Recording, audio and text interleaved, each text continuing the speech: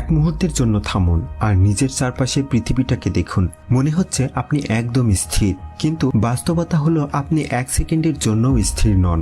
পৃথিবীর ঘূর্ণনের সঙ্গে সঙ্গে আপনিও ঘুরছেন ঘন্টায় প্রায় 1670 কিলোমিটার বেগে।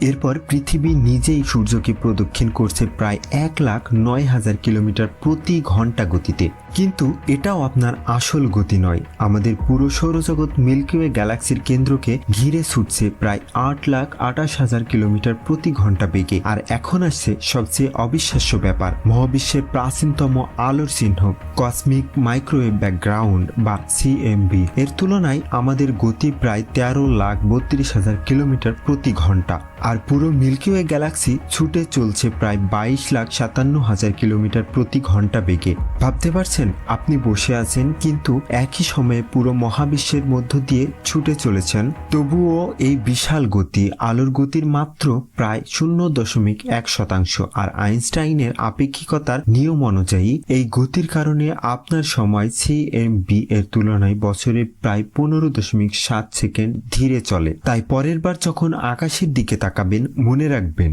আপনি পৃথিবীতে দাঁড়িয়ে নেই, আপনি মহাবিশ্বের বিশাল এক যাত্রায় আছেন। আর সবচেয়ে আশ্চর্যের বিষয়, এই অবিশ্বাস্য গতির কিছুই আপনি অনুভব করতে পারছেন না।